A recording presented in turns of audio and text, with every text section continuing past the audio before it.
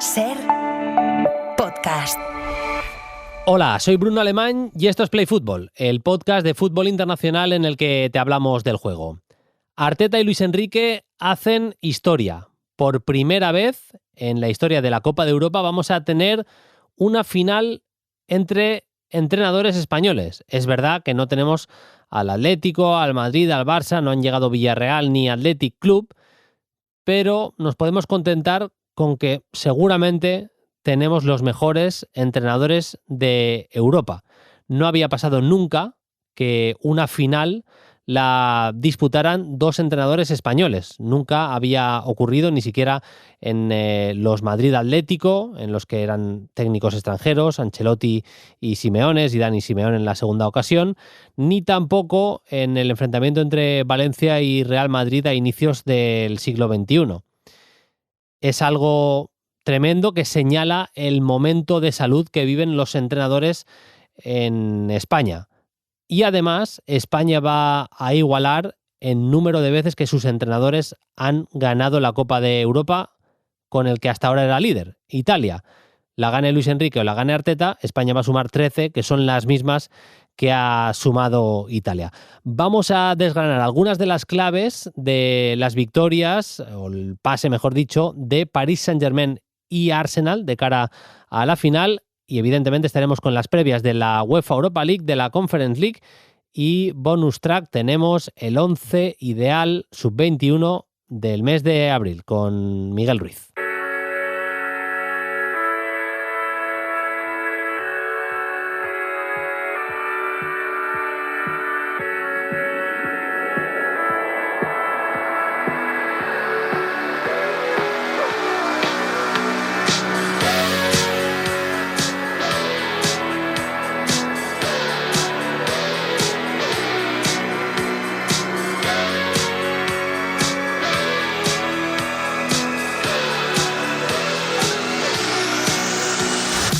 Arrancamos nuevo episodio de Play Fútbol. Han hecho historia Arteta y Luis Enrique con dos maneras de entrenar ahora mismo distintas. Yo creo que conviene pararse un poquito en sus caminos como entrenadores. Arteta salió del Manchester City con camino al Arsenal con otra idea en la cabeza. Él pensaba que podía reproducir algo parecido a lo que estaba haciendo Pep Guardiola, y fue así, con ese tipo de planteamientos, cómo se proclamó campeón de la FA Cup nada más llegar al banquillo del Arsenal en esa copa post-pandemia o post-confinamiento, mejor dicho. Pero en un momento dado la cosa viró, la cosa cambió.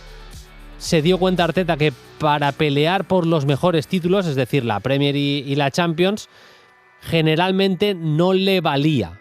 No había suficiente con ese tipo de planteamientos porque tenía peores jugadores para plantear ese tipo de fútbol de los que tenía, por ejemplo, entre otros, el Manchester City. Se focalizó en firmar a los mejores entrenadores especialistas, entre ellos Nicolás Jover, el entrenador de las jugadas a balón parado, y además de tener a los mejores especialistas, se fijó en otro tipo de fútbol que él también había mamado. No olvidemos que Mikel Arteta se hizo grande jugando al fútbol primero en Escocia, lo primero de todo, en el Glasgow Rangers, pero también en el Everton, en este caso de David Moyes, en una Premier muy distinta a la que tenemos hoy en día.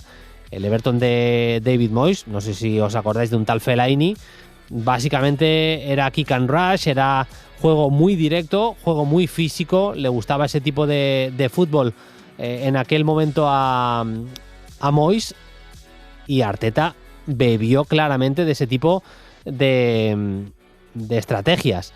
Evidentemente también le influyó Arsène Wenger, del que algún día, si queréis, podemos hablar. Los equipos de Wenger, entre otras cosas, lo que mejor hacían era contraatacar. Veíamos a un Henry, a un Pires, a un Ljungberg, que cuando tenían pradera para correr eran absolutamente imparables.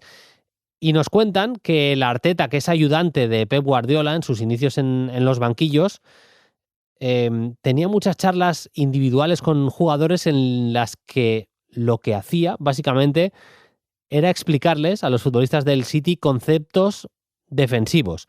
Seguramente porque era la parte en la que Guardiola era un poquito más débil, si se quiere, o a la que Guardiola le planteaba o le sacaba menos partido, le dedicaba menos tiempo, y Arteta se dedicaba sobre todo a eso, a hablar con jugadores de esa faceta defensiva.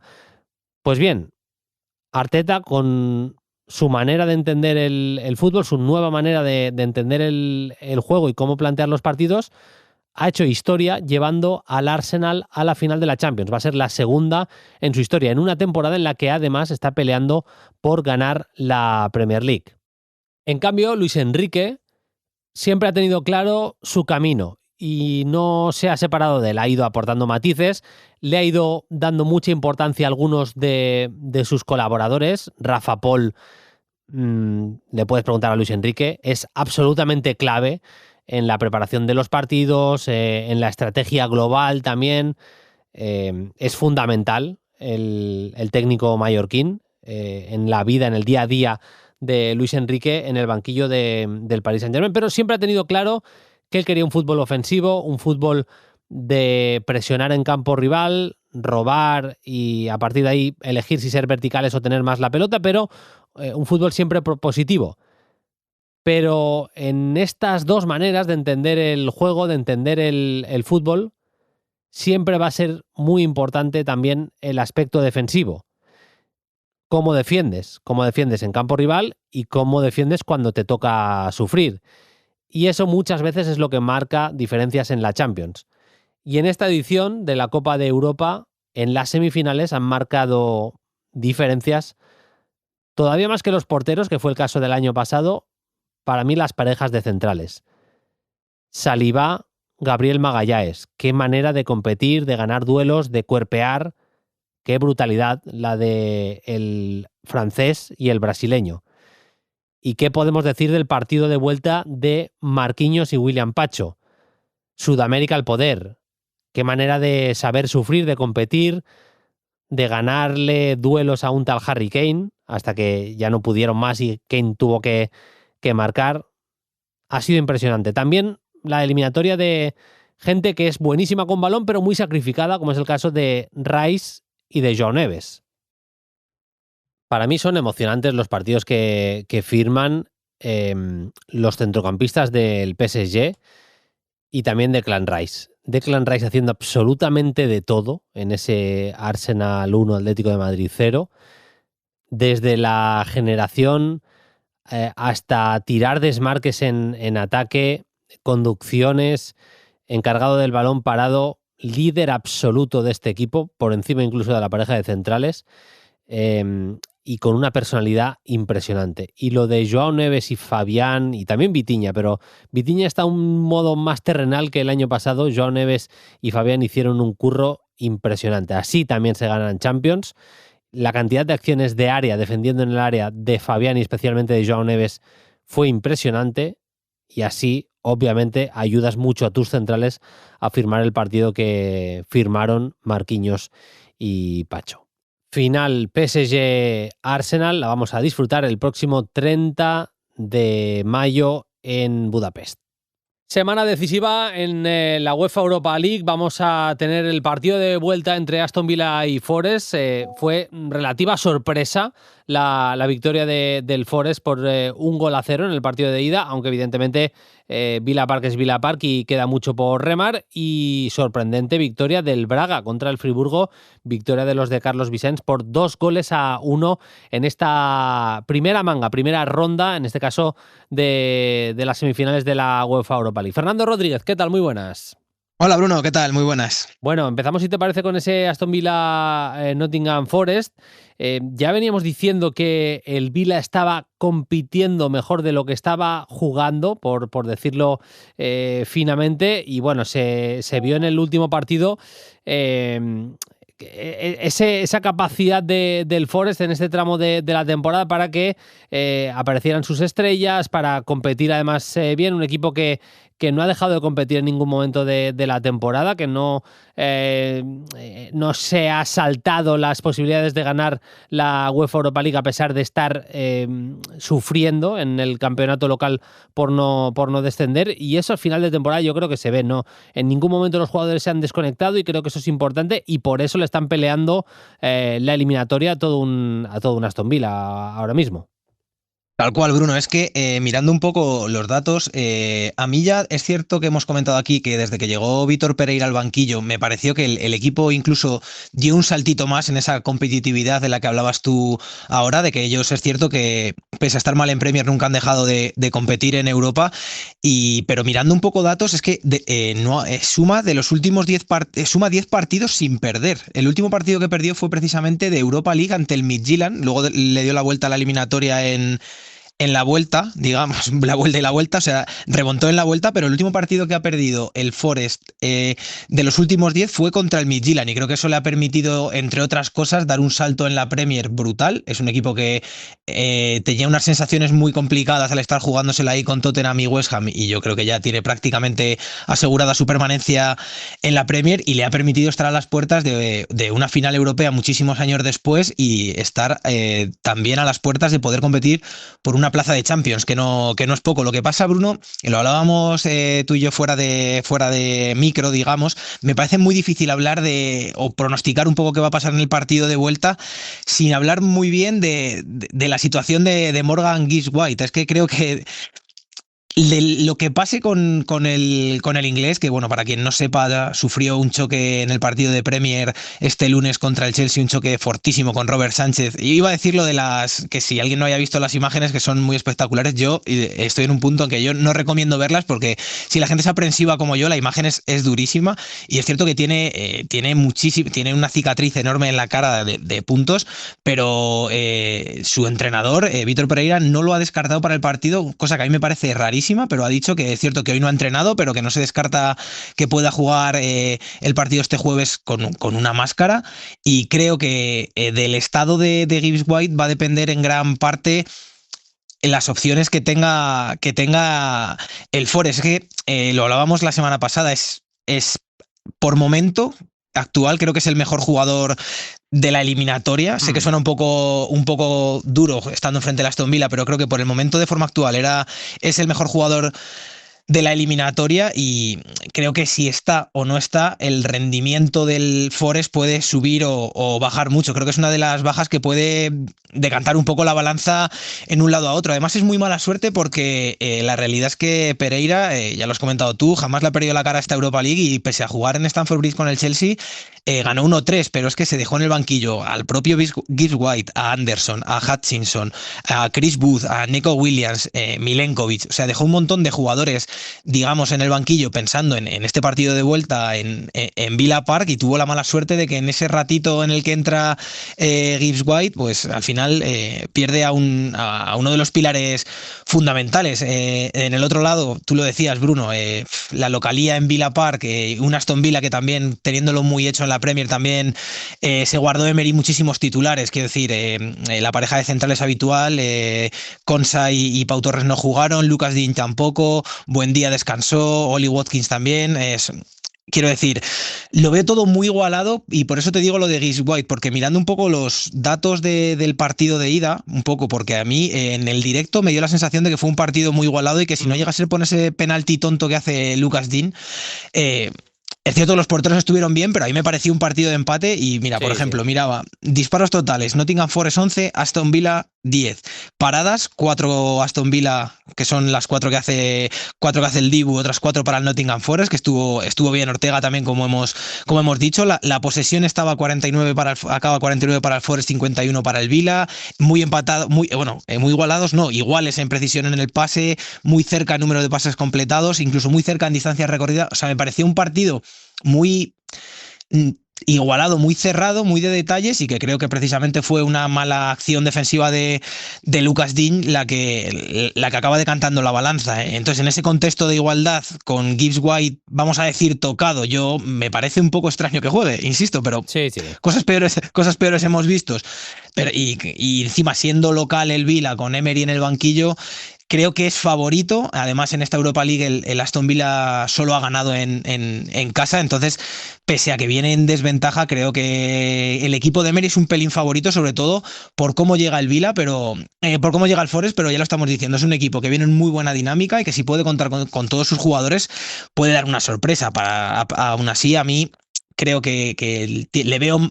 Sí, o sea, si me imagino el partido de la final, me cuesta mucho que uno de los dos finalistas no sea el Aston Villa. Sí, siendo cierto todo eso, es verdad que, bueno, es que el Aston Villa lleva 3 derrotas consecutivas, o sea, tienen que cambiar su imagen ya, y es verdad que este es el momento, que tiene la plaza de Champions asegurada vía Premier League, vía clasificación del fútbol inglés, pero el broche a la temporada obviamente sería clasificarse para la final. Veremos si es así o no. La otra semifinal es la que van a disputar el Friburgo y el Braga, una semifinal vuelta en la que se vieron sorprendidos los alemanes en la ida con ese gol tan tempranero de Tignas, ese gol final de Dorgeles, un equipo que tiene mucho arrojo, que nunca le pierde la cara en los partidos, el de Carlos Vicens, y que al final saca un resultado para mí ligeramente sorpresivo, que le da muchas opciones de cara a la vuelta, pero ni mucho menos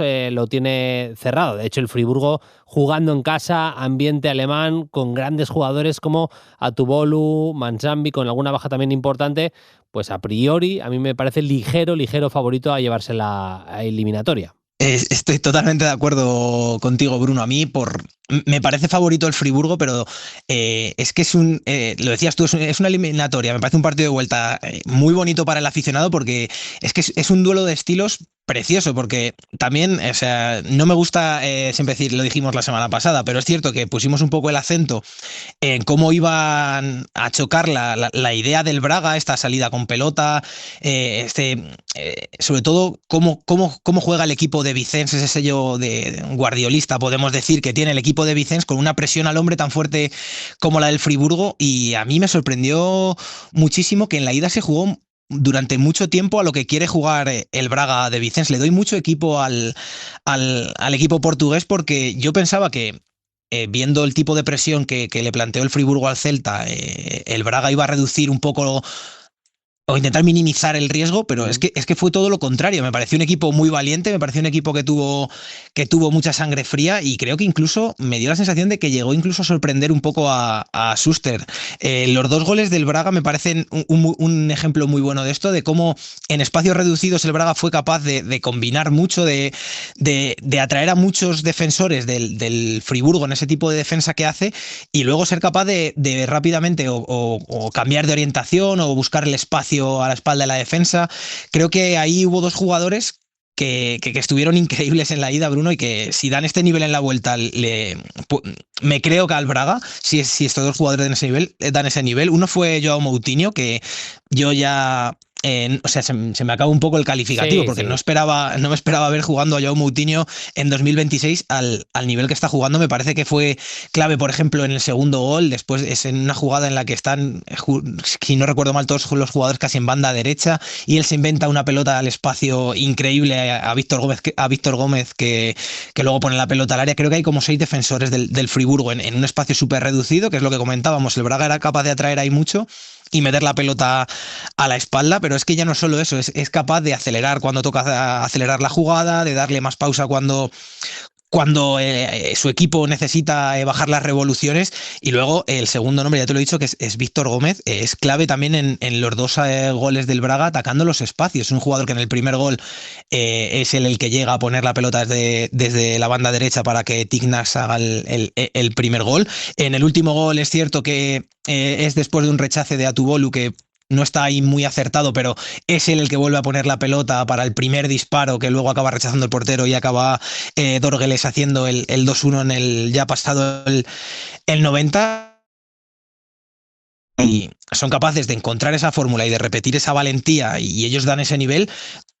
Me creo a este Braga, porque ya demostró en el estadio de la Cartuja frente al Betis que cuando viene en curvas es un equipo que sabe reponerse, que sabe volver a, digamos, a situarse dentro del campo, a buscar su señal de identidad, y que es capaz de competirle a casi cualquiera en esta Europa League. Por eso están las semifinales. Es cierto, yo me equivoco un partido, me imagino un partido que va a estar más o menos planteado igual.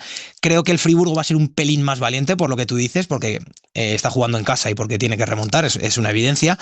Y hay un capítulo importante aquí, Bruno, que son las bajas, porque es cierto que Vicens ha recuperado a Salazar en las últimas semanas, pero ahora se le ha caído Ricardo Horta, que bueno, hoy estaba también entre algodones, es importantísimo el capitán, son 21 goles los que ha hecho esta temporada, 14 asistencias, son unas cifras buenísimas y ya no solo por cifras, por ascendencia.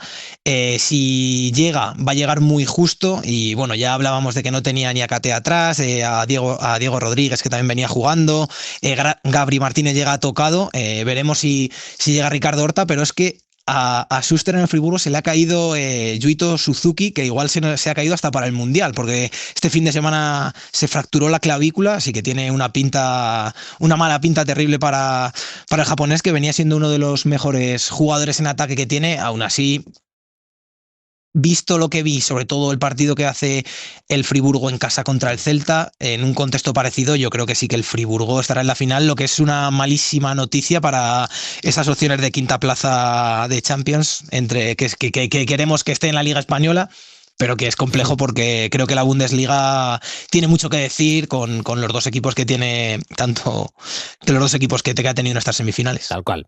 Veremos qué es lo que acaba pasando por los intereses de la Liga Española. Ojalá pase el Braga. Y además tenemos a Vicens y a varios jugadores españoles ahí, o sea que sería casi un combo, un 2-1, una final un poquito española si fuera, por ejemplo, un Braga Crystal Palace. Fer, un placer charlar de Europa League contigo. Si te parece, hacemos la previa de la final en un par de semanas. Un abrazo y gracias. Por supuesto, cuenta con ello. Abrazo, Bruno. Y penúltima semana también de Conexión Conference League. Haremos previa también de la final. Mauro Jiménez, ¿qué tal? Muy buenas. ¿Qué tal, Bruno? ¿Todo bien? Tenemos al Rayo ahí, a un pasito. Es verdad que pudo irse con un resultado mejor, que al final el clima era de fiesta por haber vivido una semifinal europea, por haber ganado el partido, por irse con ventaja al partido del Estrasburgo. Pero en cuanto pasó un poquito el tiempo y la reflexión era un poquito más tranquila, Mauro, la sensación era de haber perdonado el segundo, que igual se necesita en el partido de vuelta. Ojalá no sea así, obviamente. Pues sí, Bruno, la verdad es que es un análisis totalmente acertado porque yo creo que la primera parte fue un poco amarga por parte de los dos equipos, ¿no? Un poco ese miedo, ¿no?, de enfrentarse a unas semifinales, de no querer arriesgar mucho y no vimos una gran actuación de ninguno de los dos, pero el Rayo salió a la segunda parte y se comió al Estrasburgo de principio a fin. Tuvo varias claras, sobre todo Leyen, ¿no?, que es ese foco defensivo que también tiene mucho en ataque y que yo creo que perdonó, pero bueno, es un 1-0, es una victoria que te llevas a Estrasburgo y ahora aguantar el resultado, también a jugarles de tú a tú, porque yo creo que el Rayo también ha demostrado que a pesar de las circunstancias, los escenarios y los rivales, siempre juega de tú a tú y con su estilo, intentando imponerlo. Y bueno, pues yo creo que esa sensación amarga sí que está ahí, pero hombre, también estamos aquí para celebrarlo y que el Rayo está a un pasito, Bruno, para hacer algo histórico y plantarse en esta final de Conference, que si nos lo dicen al principio de la temporada, yo creo que pocos nos lo imaginábamos o pocos teníamos esa percepción pues a hacerse real. Totalmente. Estamos ante un partido en el que se necesitan los futbolistas que tengan personalidad, ¿eh? Va a ser un partido en el que gente ya con más experiencia en el Rayo no le vas a pedir a Ilias Akomag que lleve la voz cantante. Bueno, hay gente con ya más años en el equipo, los Leyen, Ratiu, de Frutos, Isi, obviamente, y compañía, son los que tienen que dar ese paso al frente en el partido de vuelta. Sí, sobre todo yo creo que esa línea defensiva, ¿no, Bruno? Al final lo hablábamos la semana pasada en esa previa, si iba a jugar Pate o si iba a jugar Noel Mendy. Finalmente fue Pate Cis, que hizo un partidazo. La verdad que se comió también a Emega junto a Leyen, y yo creo que esa línea defensiva formada por Pep Echevarría, que yo creo que es uno de esos infravalorados de los que hablamos poco, pero siempre está ahí hace muy buenos partidos, y Ratiuk junto a Patecis y Leyen son los que tienen que aguantar, además, bueno, de batalla, que ya sabemos que en estos escenarios se crece. Más allá de eso, pues yo creo que se tiene que hacer fuerte en el centro del campo, porque vuelve Colo-Barco, ya sí que tiene a Colo-Barco el Estrasburgo, y eso es importante para ellos, porque, bueno, vimos mucha posesión del Estrasburgo que no llegó a traducirse en peligro porque faltaba Colo-Barco. La realidad, estaba el Muravet, estaba Guatara en el centro del campo, y no es lo mismo que cuando está el argentino. Y sí, aquí, bueno, pues lógicamente la calidad muchas veces es importante, pero esa veteranía y esa experiencia, bueno, pues juega un papel fundamental, ¿no, Bruno? Y estamos hablando de un equipo enfrente muy joven, y ahí es donde los perros viejos, como se dice, ¿no? Tienen que dar un paso adelante y, bueno, pues de alguna manera imponerse en el partido. Por cierto, Bruno, Sí. Emega se pierde el partido, que ya estaba recuperando sensaciones, dio cierta pelea también en Vallecas, pues otra vez otra lesión más en una temporada absolutamente oscura para él, justo antes de su movimiento al Chelsea en verano. Y bueno, pues es una baja importante porque no tienen un recambio, con Panicelli también lesionado, y seguramente veamos a Enciso en punta, que pierde Eso es. mucho con respecto a la media punta. Sí, lo previsible es que vaya a ser el falso 9. Es verdad que él es un futbolista que te puede tirar desmarques también al espacio, pero básicamente su fútbol es lo que dices, es entre líneas, es en la media punta, Sí. tiene un golpeo fantástico, el poder salir de área, no tener que estar permanentemente fijando a centrales, gana muchísimo el paraguayo con ese tipo de acciones, y seguramente no vamos a ver la mejor versión. Cruzamos los dedos y tocamos madera porque así sea, por el hecho de tener que jugar en punta. La otra eliminatoria parece no tan abierta, hay que decir las cosas claramente. Directamente le salió el Palace al partido en Polonia, porque se jugaba allí el encuentro contra el Shakhtar con un gol en el bolsillo, el que marcaron nada más arrancar el envite por medio de Ismaila Sarr. Y bueno, se va. Es verdad que pudo ser peor incluso para el Shakhtar por momentos, pero se va con un botín el Palace de Glasner, un 1-3. Y muchas opciones de meterse obviamente en la gran final. Sí, Bruno, de hecho es que fue el gol más rápido de la historia de la Conference, que fueron 21 segundos prácticamente, ¿no? De que te estás preparando la cena y vas a por algo de picar que te falta en un momento y ya te pierdes el gol, pues fue algo así, porque, bueno, pues salió a morder, y yo creo que aquí sí que sobre todo se nota la diferencia de veteranía, de experiencia y de madurez entre un equipo y otro, ¿no, Bruno? Porque estaba yo antes preparándome, bueno, pues este episodio de Play Fútbol, y estaba cayendo en que los jugadores del Shakhtar Donetsk tienen mucho talento, tienen mucho futuro, tienen grandes nombres, pero les faltan noches como estas, y les faltan, pues, ¿no? Esta madurez, pues para, por ejemplo, salir tan concentrados como para no encajar tan pronto, o en ciertos momentos en los que vimos que el Crystal Palace no necesitó mucho para hacerle mucho más daño al Shakhtar con respecto a la posesión que tuvo el equipo ucraniano. Y es que jugadores como Kamada, como Jeremy Pino, son campeones ya de competiciones europeas. Luego están, pues, los Mateta de turno, Ismail Assar, que por ejemplo viene de ganar ese mundial con Alemania, ganar entre comillas, digo con Alemania, con Senegal, perdón, y yo creo que se nota y se ha notado que esa experiencia y esa madurez el equipo de Glasner lo ha tenido. Al fin y al cabo también ese gol hizo que pudiesen esperar un poco más atrás al Shakhtar, y se notó que el equipo Arda Turan es un equipo que le gusta tener mucho la posesión, pero que como se le atasca un partido tiene muchas dificultades para sacar individualidades, porque ante bloques bajos y sobre todo con la gran actuación, por ejemplo, de Marcel Lacroix, de Chris Richards desde atrás, de los laterales, Daniel Muñoz, que esta vez no brilló en ataque, brilló en defensa, y Tyrese Mitchell, pues se le complicó mucho. Y también, bueno, pues lógicamente destacar a Chris Richards en el arte del balón parado, pero en el saque de banda, Bruno. Unos saques de banda que yo creo que están ganando cada vez más importancia, sobre todo lo vemos también en la Premier League mucho. Y bueno, pues este tipo de jugadores, yo es que ya me están empezando a parecer que va a haber ciertos equipos que van a buscar este jugador que también tenga esta arma, ¿no? Que a lo mejor va a sumarle cierto valor, que sepa sacar los saques de banda como lo hace Chris Richards. Y bueno, pues el Crystal Palace estuvo a punto de marcar el segundo cuando iba todavía el partido 1-1 con Mateta que le dio al palo, y la jugada siguiente, el gol de Daichi Kamada, viene de un rebote tras ese saque de banda tan largo. Entonces yo creo que ahí sí que fueron perros viejos, fue un equipo que supo de alguna manera defender bien y ser dominado, y no le tiene problema echarse un poco hacia adelante, un poco hacia detrás, según el guión de partido y en función de los minutos, y yo creo que es un equipo total, Bruno, el que tenemos delante del Crystal Palace. Totalmente. Y no hay que olvidarlo, con un Glasner que ya fue campeón Sí. con el Eintracht de Frankfurt de la Europa League, eliminando equipos como el Barça, ni más ni menos en ese caso en los cuartos de final del torneo, y tiene toda la pinta que se va a volver a meter en una final. Sería un epílogo precioso, perfecto, el final de trayecto ideal, Mauro, para su estadía en un Crystal Palace que ya se ha hecho oficial, y hace unas semanas, unos meses de hecho, que ya se sabe que no va a continuar en el Palace. De hecho, están sonando gente como Marcelino o Bordalás para el banquillo del Palace.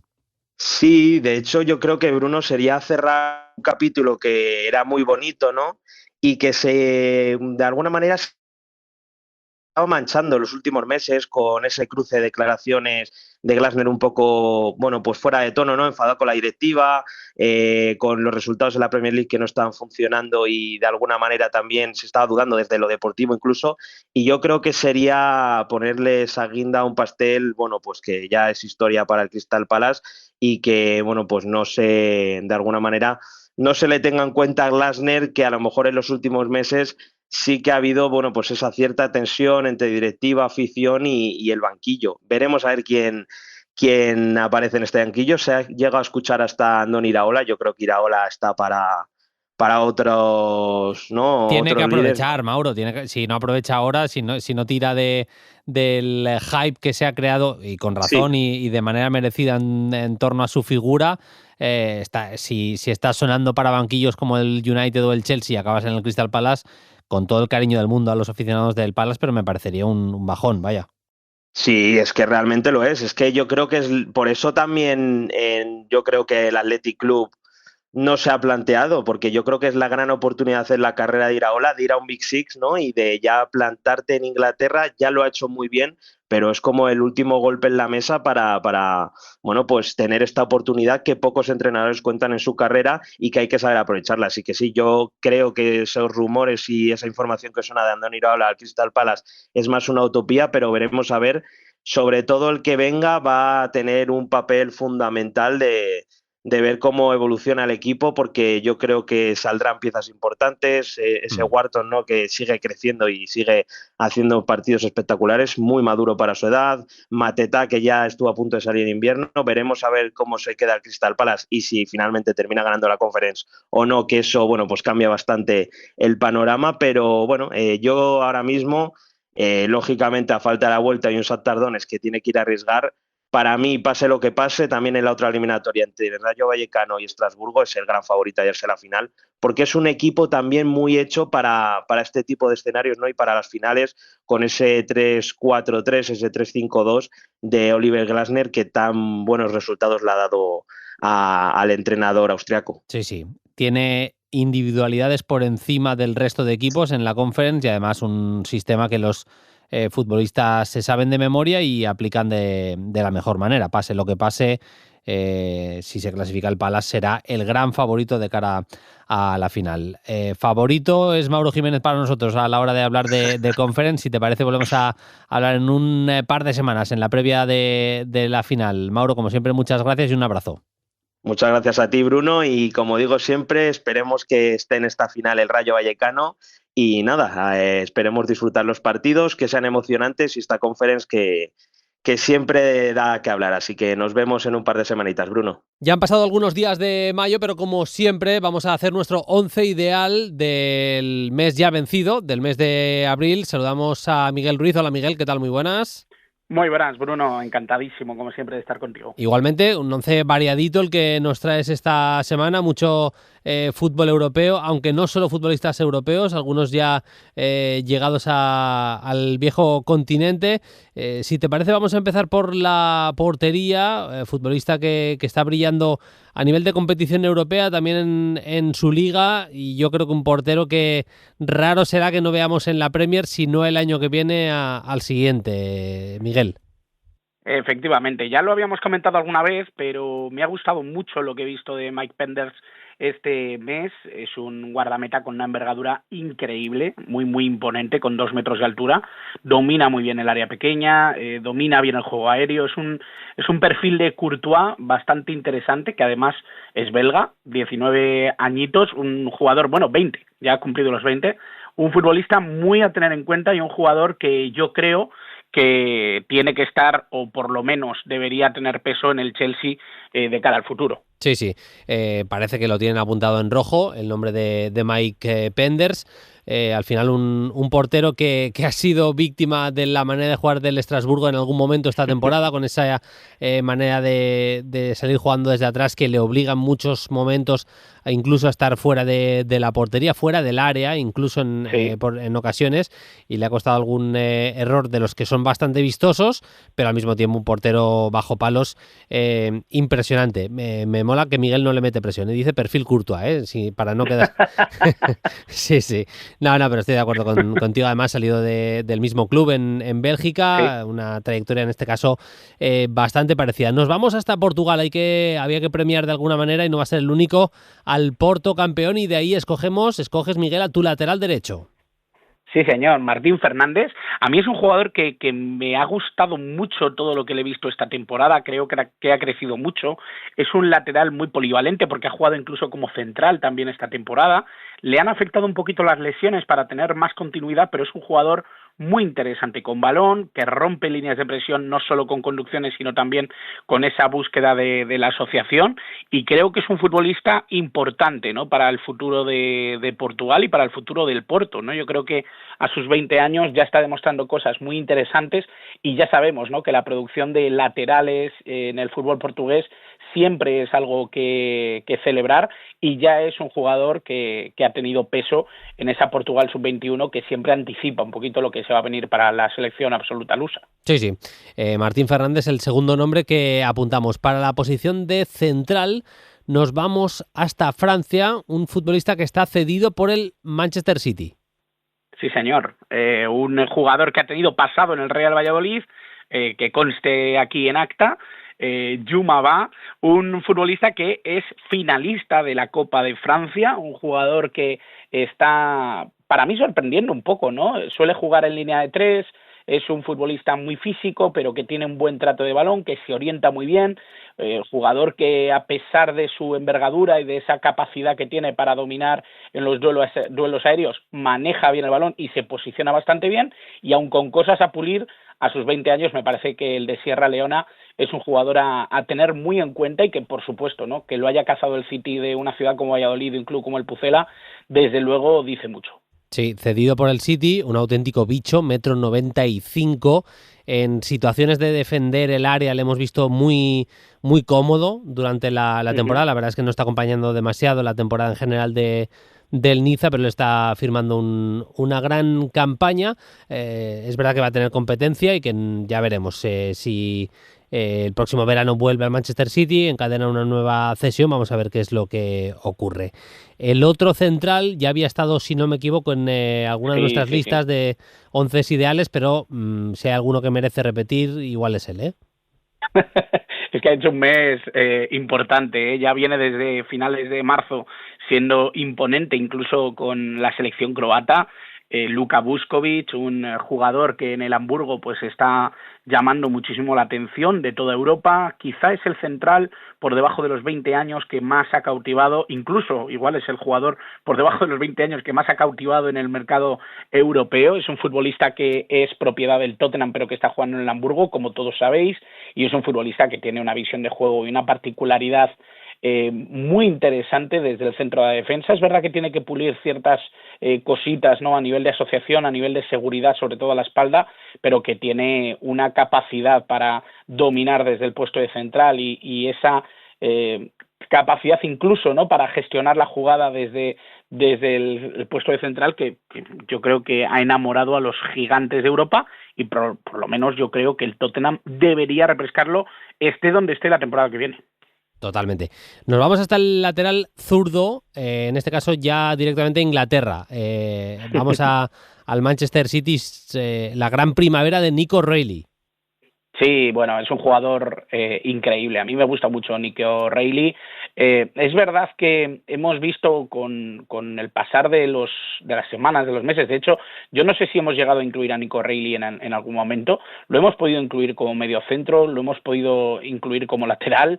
Ha jugado en muchas posiciones esta temporada, le ha dado mucho a Pep Guardiola y es un futbolista que ya simplemente desde esa versatilidad táctica te puede llegar a enamorar, ¿no? Pero con la envergadura que tiene, superior al 1,90 m, con mucha capacidad física, con capacidad para asociarse y sobre todo para entender qué es lo que necesita el partido y el equipo de su figura, creo que es un jugador que cualquier entrenador querría en su equipo. 100%. Queda bonita la defensa que nos propone, en este caso Miguel Ruiz, con Martín Fernández, Juma, Buscovic y O'Reilly, además de Pendersen en la portería. Va a ser una especie de 4-4-2, bastante ofensivo. Nos vamos directamente a la banda derecha para hablar de un semifinalista, en este caso de la Conference. Sí, efectivamente, vamos a hablar obviamente de Alisson Santana, jugador del Shakhtar Donetsk, que está ahora mismo a las órdenes de Arda Turán, un mítico del fútbol español con el Atlético de Madrid y con el Barça. En este caso, Alisson Santana, un brasileño de 20 años que a mí personalmente me ha cautivado bastante. Es una de tus sugerencias, Bruno, esto hay que decirlo. Sí. Escuela Atlético Mineiro, es un jugador de mucho dribbling, de inestabilidad, sobre todo en banda, un futbolista que puede sumar por dentro y por fuera, que tiene mucha capacidad para acelerar y frenar y volver loco, ¿no?, a su par, y creo que es un jugador de los que nos vuelven a dar ilusión, ¿no?, en ese perfil derecho. Juega a banda cambiada, juega en la derecha aunque es zurdo, y es un futbolista que da mucho a su equipo a nivel de desborde y sobre todo de influencia en el ataque. Tienen que acabar de mejorar del todo sus cifras, es muy joven todavía, 20 años tan solo, pero es el perfil de driblador, de futbolista que se va Total. Tanto por recursos técnicos como por ese cambio de ritmo que tiene.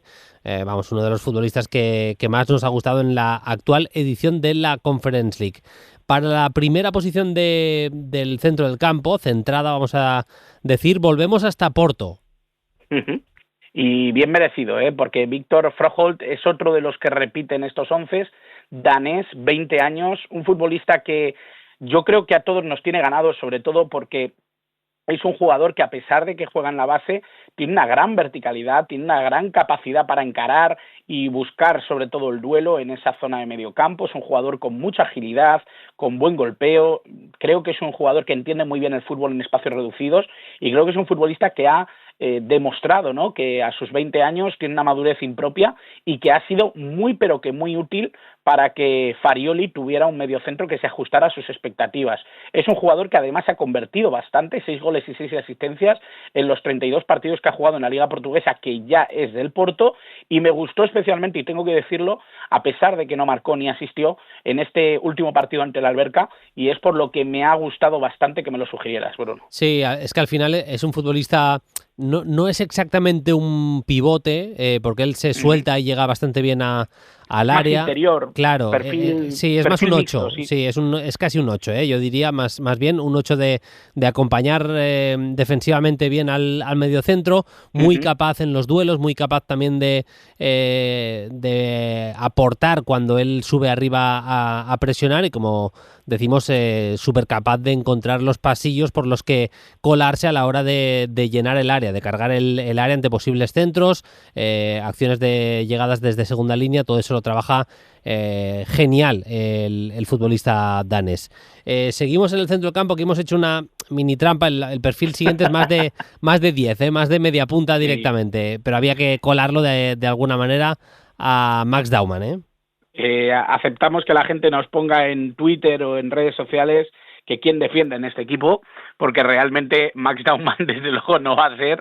16 años, un perfil que hemos visto además en élite, sobre todo jugando como extremo derecho, siendo un futbolista que ha aparecido en el Arsenal en las últimas semanas, un jugador que le ha servido a Arteta para añadir ese puntito, ¿no?, de pillería. Es un futbolista que es absolutamente precoz en todo, ya no solo en su participación dentro de la Premier League, sino también en esa capacidad para buscar el pase preciso, para encontrar vías y encontrar esa línea de pase filtrado para los delanteros, para incorporarse él con un manejo increíble de los espacios reducidos una vez que se incorpora al área. Es un jugador eminentemente ofensivo y que tiene un gran dominio de ese pie izquierdo que yo creo que va a ser muy potente en los próximos años. 16 añitos, año 2009, casi da miedo decir esto, Bruno, pero la realidad es que Max Daumann es uno de los grandes nombres de esta temporada. Intentamos no meter demasiados jugadores menores de edad, pero es que a veces es que estamos casi obligados. Es que el fútbol hoy en día los pilla tan precoces que es casi imposible no llegar a ese punto.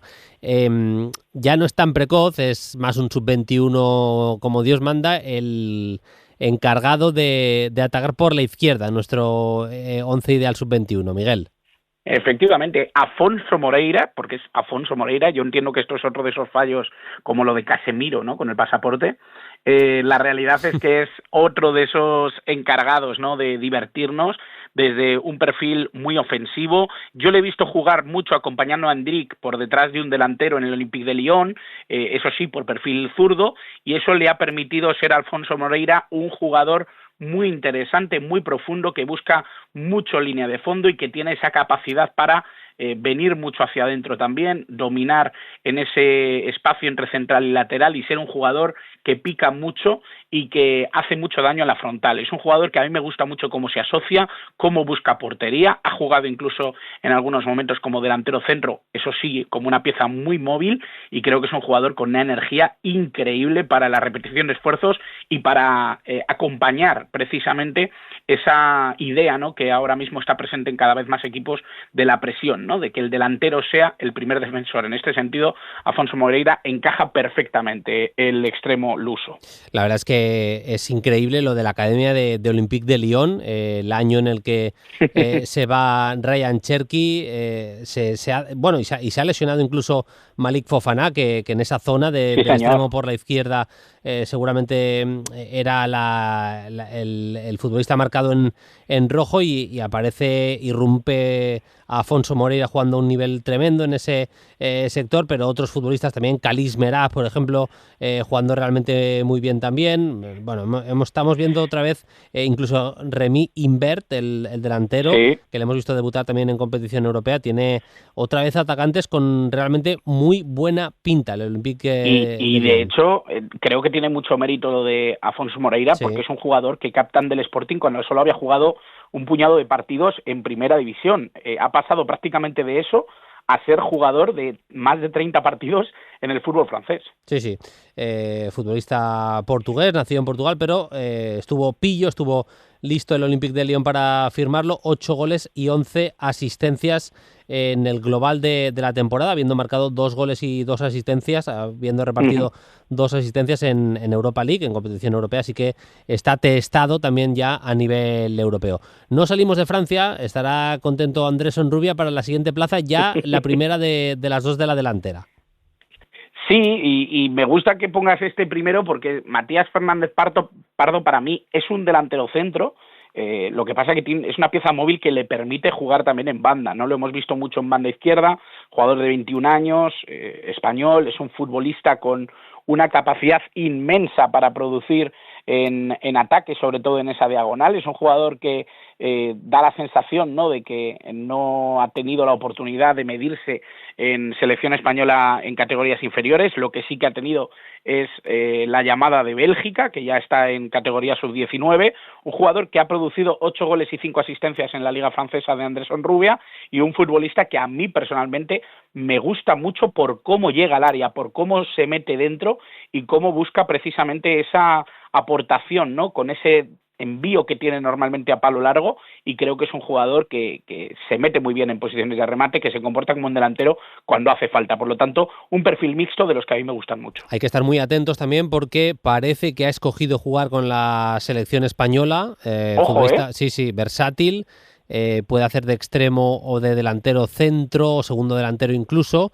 Yo para jugar con espacios, me parece que si en un partido tienes espacios y lo puedes poner de 9, es que es una auténtica bestia en ese tipo de acciones, y es jugador a tener muy, muy en cuenta, un talentazo de los que no salen demasiado a menudo. Y vamos a cerrar ahora sí con un delantero centro de los de área, pero que de los currantes también te diría, Miguel, pero me mola también meter a gente así, gente que no sea solo puro talento, que también lo tiene a su manera. Carlos Espí, Miguel. Yo es que estoy enamorado de este jugador, Bruno. 1,90 m y pico de músculo, un futbolista con una capacidad y una visión extraordinaria para su posición. Es un jugador que domina muy bien el juego, sobre todo de cara, que esto es algo que nos hemos acostumbrado un poco a que el delantero centro de referencia juegue siempre de espaldas, y no es así con Carlos Espí. Creo que Carlos Espí es un futbolista con una gran capacidad para proteger el balón, con una gran capacidad para atacar el área de frente y buscando siempre ese disparo, y luego además es un delantero muy trabajador, como tú bien dices, un tipo que destina todo su físico a esa pelea con los centrales, a buscar superioridades para su equipo, muchas veces para aprovecharlas él y otras para generar espacios a esa segunda línea. Por lo tanto, si hay un delantero que a mí me ilusionaría que pudiera tener una llamada de la selección en los próximos tiempos, solo 20 añitos los que tiene, sin duda para mí es Carlos Espí. Totalmente, un delantero centro de área, que Miguel seguramente sin sus goles ahora mismo el Levante no tendría ninguna opción de salvarse. Absolutamente. Al principio de temporada fueron los goles de Tae Young, se le apagaron las luces completamente al delantero camerunés de cara a puerta, y si hay alguna opción de supervivencia del conjunto granota es gracias a los goles de Espí, ¿eh? Sin duda alguna, y siendo un jugador muy muy importante también en lo anímico, ¿no? Algo menos de 1000 minutos jugados en Liga, 9 goles, lo cual yo creo que son cifras muy muy buenas para un jugador que, como decimos, ¿no?, acaba de cumplir 20 años.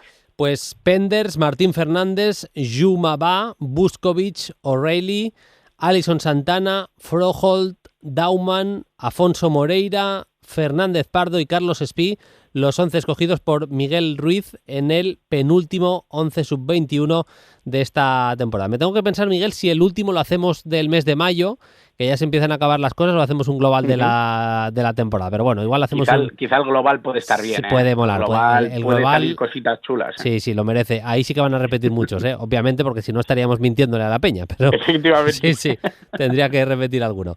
Miguel, como siempre, un placer charlar contigo. Un abrazo y hasta la próxima. Un abrazo muy grande, Bruno.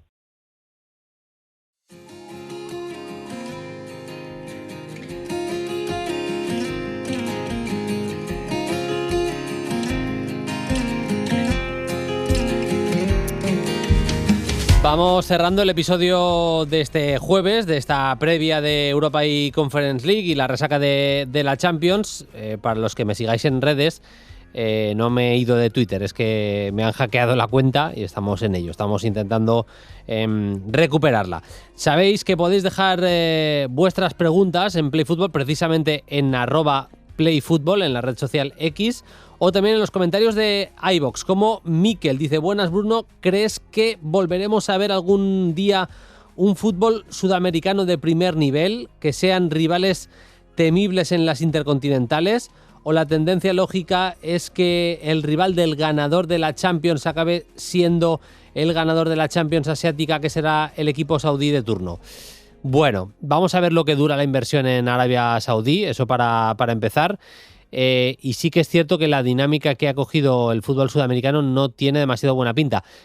Hay una noticia positiva, y es que la inversión en Brasil se está manteniendo. Hay mucha pasta en el fútbol brasileño, eso se está manteniendo en el tiempo, y eso puede llevar a que ya no solo fichen jugadores de mayor calidad, como está pasando últimamente, sino que vayan ese pasito más allá, tengan canteras más desarrolladas, quieran mantener también a futbolistas, ya no solo traspasarlos siempre para hacer negocio, pero tiene que haber un pequeño cambio de mentalidad, no solo firmar a buenos jugadores a partir de los 30, sino intentar mantener a futbolistas que salen de la cantera y que tienen buena pinta, y no esa voluntad que parece casi obsesión muchas veces en sacar la mayor tajada por el jugador joven de turno, y si te he visto no me acuerdo.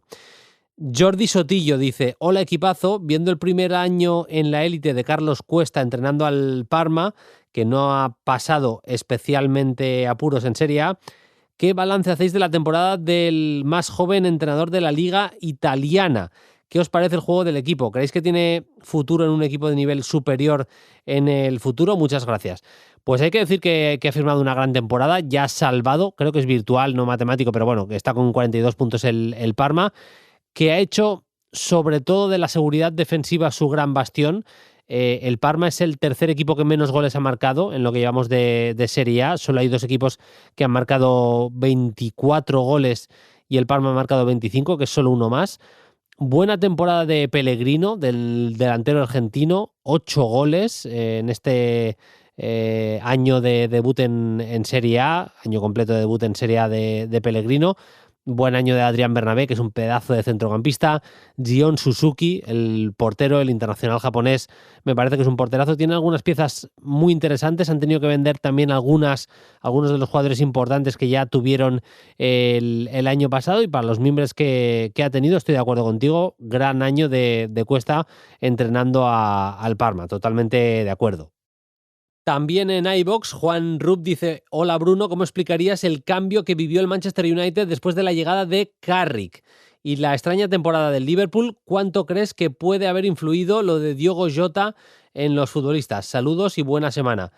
Pues está bien visto lo de Diogo Jota. Yo, como no tengo información directa de ese vestuario y es un tema tan delicado, ahí no me voy a meter. Dicho esto, ¿a quién no le afectaría? Especialmente en los primeros meses, una noticia como la devastadora muerte de un compañero tiene que afectar sí o sí.